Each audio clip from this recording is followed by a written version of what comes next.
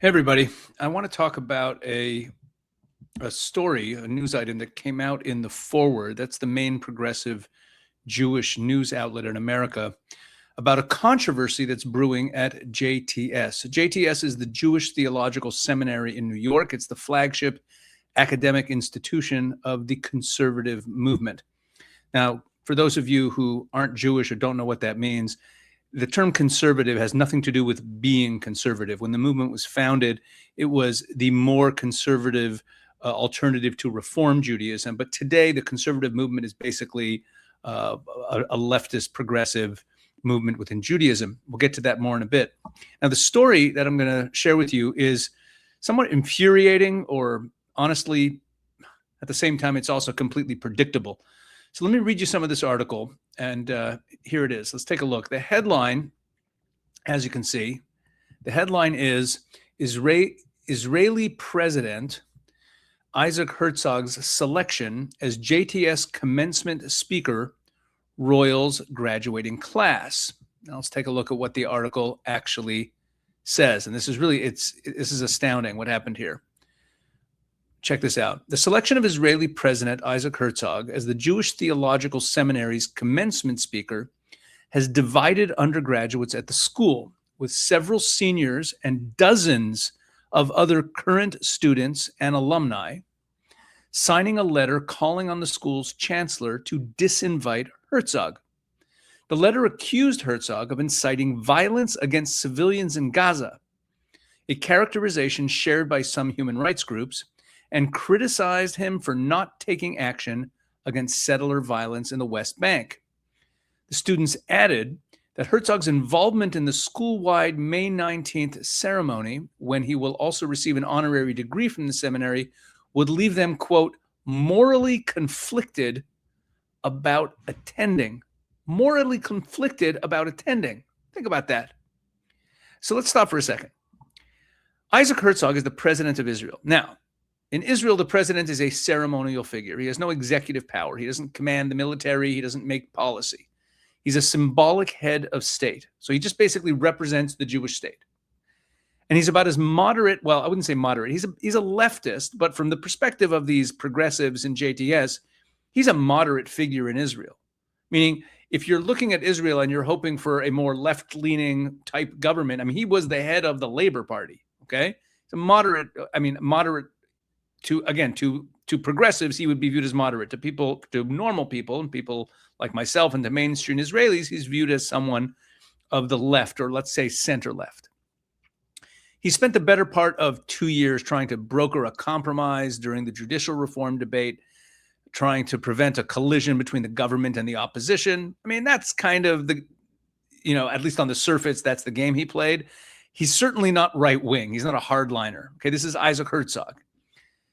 But it gets better. Let's keep reading. So I'm going to jump ahead a little. Let's jump down just a bit in the piece. Hold on. Let's see. Where should we go to? Yeah, check this out. Herzog has faced criticism for comments he made after the October 7th attacks, in which he said that it was an entire nation that was responsible for the October 7th attacks, which it was, right? We know that many civilians in Gaza participated. They were celebrating. Gazan civilians, according to polling, were totally supportive of the October 7th attacks. Anyway, so Herzog faced criticism for comments he made after the October 7th attacks, in which he said that it was an entire nation that was responsible. Some said the remark carried an implication that there were no innocent civilians in Gaza. Herzog later said that it had been taken out of context and that he did believe there were innocent Palestinians there. Of course there are. The Forward has reached out to Herzog's office for comment.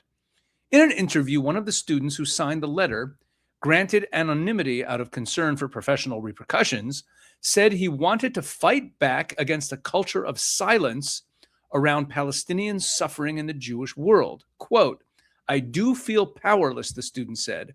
I feel like there's a genocide happening, and the silence is killing all of us. The silence is killing all of us. At JTS, where their rabbinical students are required to spend a year living in Israel, where deepening connection to Israel is literally written into the school's mission statement. Now, I want to say something clearly about the conservative movement. I mentioned it at the beginning of the video because I think a lot of people, including a lot of American Jews, still operate under the assumption that the conservative movement represents some kind of middle ground in Jewish life. Like it's sort of traditional, but it's modern, and it has some adherence to halakha, a Jewish law, but is open. That is not true. That's what the conservative movement was or claimed to be for decades, but it is not. Maybe it never was, but it's not. It's not anymore. Maybe it never was, like I said. But whatever pretense existed in the past has entirely collapsed. The conservative movement performs intermarriages. It has abandoned Shabbat observance as a communal standard altogether, which was not the way it was in the past.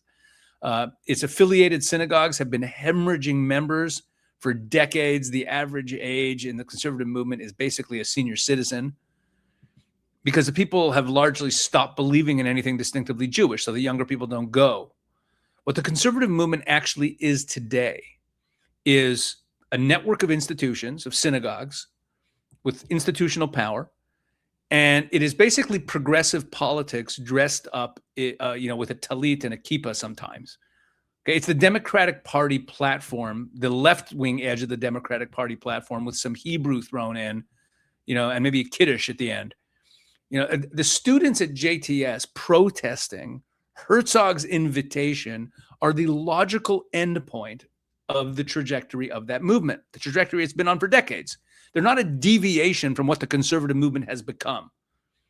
Okay, that's what's important about this story. They're not a deviation.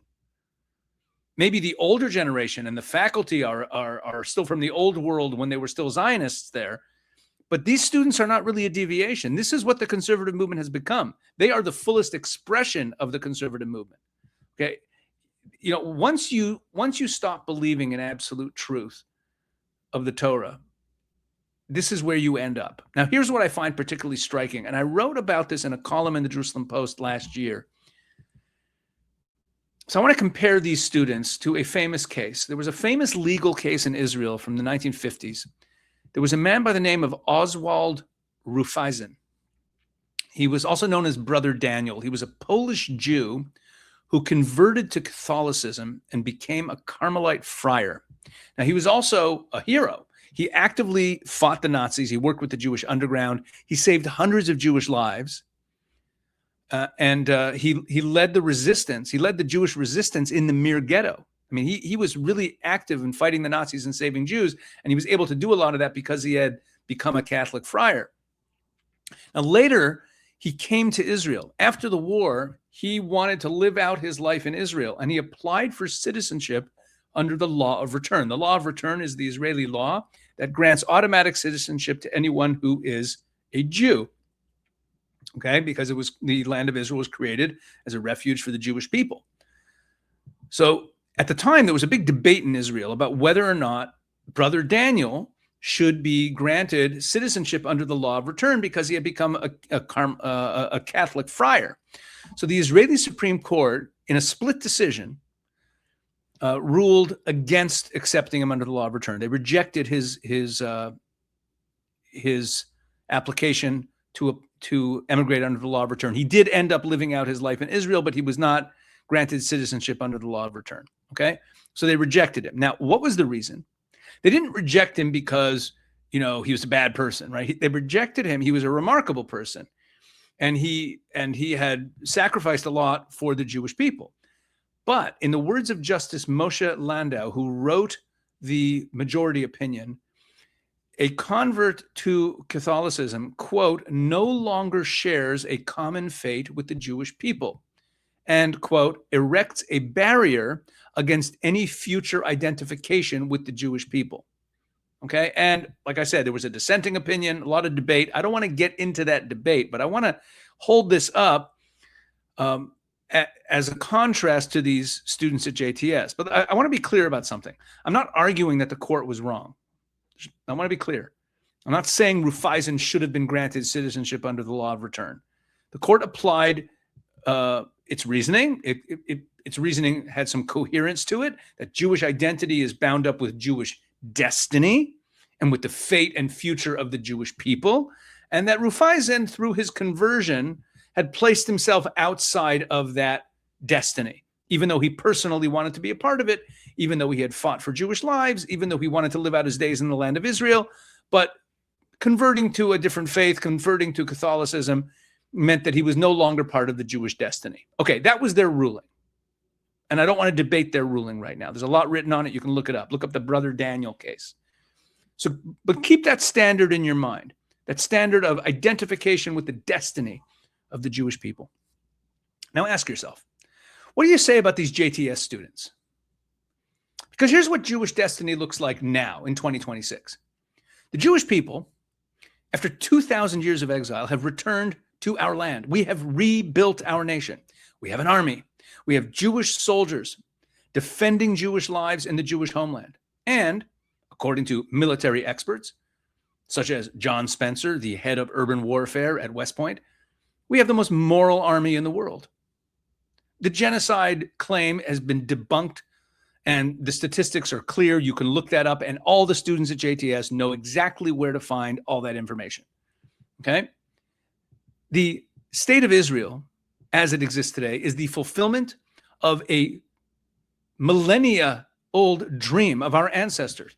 Our ancestors and the ancestors of all those students at JTS wept, prayed, died, hoping, dreaming that one day they or their offspring would see the restored nation of Israel to our land. The future of the Jewish people is the nation of Israel in the land of Israel. It's the Jewish people in the land of Israel. That's the future of the Jewish people. That's clear. That's where our story is going. That's Jewish destiny. Now, these students, these people training to be rabbis, to lead Jewish communities, to represent the Jewish tradition, they have declared that the soldiers of the IDF, of the Israeli army, are war criminals. They've accepted the slander of genocide against the Jewish state. Now, I have children who serve in the IDF, my own children. When these students sign letters accusing the Israeli military of genocide, they're not making a political statement. They're making a statement about whose side they're on. They're not sharing the fate of the Jewish people. They're standing against the destiny of the Jewish people. Brother Daniel converted to Catholicism. Okay, he left the Jewish faith, and yet he wanted to be part of Jewish destiny. He wanted to live in Israel, to be counted among the people into which he was born. And the court said no, his conversion had severed that bond. These JTS students haven't converted to another religion, but they've converted to something. They've converted to progressive ideology. They've traded the Jewish story, our story, the most extraordinary national story in human history, for the approval of the progressive establishment. And unlike Brother Daniel, they don't even want to be part of Jewish destiny. They want to condemn it. They want to put it on trial. If Brother Daniel, who saved Jewish lives and fought the Nazis and wanted nothing more than to live in Israel, to live out his days in Israel, he was ruled to have forfeited his place among the Jewish people. What exactly is the Jewish identity of a rabbinical student who calls the Jewish army genocidal? I'll let you answer that. But notice the language they use. They're morally conflicted. The silence is killing us. Genocide. They've absorbed the progressive moral vocabulary so completely that it has displaced everything else. There's no Jewish vocabulary left. There's no sense that the Jewish people are a family, that Israel is our home, that our brothers and sisters are fighting and dying for the family. None of that. What there is the language of progressive activism filtered through a thin veneer of Jewish words and Jewish institutional identity. This is what the Talmud warned about. In the Talmud, it says that the Jewish people have three primary traits that we're proud of. We're merciful, we're easily shamed, and we're kind. Those are beautiful traits, to be merciful, to be bashful and easily ashamed, to be kind. Those are very, very nice traits. But when those three traits are misdirected, when mercy is extended to those who committed a massacre against Jews, when shame is felt, not before God, when shame is felt before the progressive media narrative, instead of before God and Jewish history, when kindness is offered to the enemies of our people, while our brave, heroic soldiers are condemned as criminals, then the traits of kindness, of bashfulness, of being easily ashamed, of mercy, those traits can become not just useless, they can become dangerous. These students don't feel compassion for the victims of October 7th. They don't mourn the 1,200 of our people who were massacred in their homes and at a music festival. They feel shame about Isaac Herzog speaking at their graduation. That tells you everything you need to know. Now, there's one student in this article who comes across as more measured, okay? He supported having Herzog speak. Let's read that piece of the article here. So there was a second letter written by some students who were saying that they wanted him to speak. But listen to this. Listen to this. It's not like they were all thrilled about it. Let me find it here. 4 current JTS rabbinical students, I'm sorry. Here, let me find it. There was a second letter. It describes a second letter by students who wanted to affirm that they wanted him to speak. Okay? They wanted him to speak. So look what it says here. So you'd think that those students were excited, right? They were happy about it. Gabriel Friedman Nadich, who signed the second letter, the letter saying that they wanted him to speak, said that he had been happy to learn Herzog would be the commencement speaker. He applauded Herzog's leadership during Israel's judicial overhaul saga, but said that the Israeli presidency was mostly a figurehead position anyway. And while he said he was not closely attuned with Herzog's actions since October 7th, he was willing to countenance a speaker he did not perfectly align with. We've all learned to listen to people we disagree with, Friedman Nadich said. We should be able to listen to people who we find upsetting.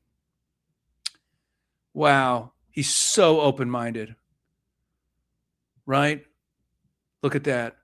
Compared to his classmates, yeah, he sounds very reasonable. He's not calling for Herzog to be disinvited. He's willing to sit and listen. But notice what he actually says. Herzog upsets him. He finds the president of Israel upsetting. This student has also absorbed the narrative. He's also, on some level, he also accepts the framing of as Israel as a criminal, problematic army, as a problematic actor. He just happens to believe that you should hear people that you find objectionable. You should listen. You should hear them out. That's a lower bar than his classmates, but it's still a very low bar. That's the reasonable position at JTS now. That's the enlightened moderate view. The enlightened moderate view at JTS is, I think Israel's president may be complicit in war crimes, but I think we should still listen to him anyway. That's where the center of gravity is, at the flagship institution of the conservative movement in 2026. Look, the conservative movement is not going to find its way back. It has traveled too far down this road. And if you're an outsider to this, if you're not Jewish and you're watching this video, understand something. Just like in the Christian world, you have these mainline denominations that are just woke progressives and have kind of lost their biblical moorings. We have the same thing in Judaism. What's called the conservative movement, the reform movement, they're not, they don't believe in the Bible being a divine book. They don't really believe in God in a real way. They don't. And you see how they're just disconnecting from their Jewish identity. The conservative movement has traveled too far. What we're watching in real time at JTS is a generation of future rabbis who've chosen progressive ideology over Jewish peoplehood. They've traded their place in the great story, the great, majestic, miraculous story of the Jewish people's return to our land for the approval of the progressive media establishment and their political friends in the Democratic Party. They're welcome to making that trade, but they shouldn't call it Judaism. Thank you for watching. Please make sure to subscribe. Please make sure to go into the description of this video and subscribe to our newsletters at Israel 365 Action, Israel 365 News. You'll find a link there. And make sure you're subscribed to the Israel 365 News YouTube channel. And look, There are enemies within, and that's what this video is about. And we have to be very frank about it. And the Jewish people is going through a major transition right now. Bottom line, since October 7th, especially going through a major transition. And it's a time of choosing. Are you a part of it or are you not? And these so-called rabbinical students at JTS are choosing just simply not to be a part of the glorious future that awaits the Jewish people.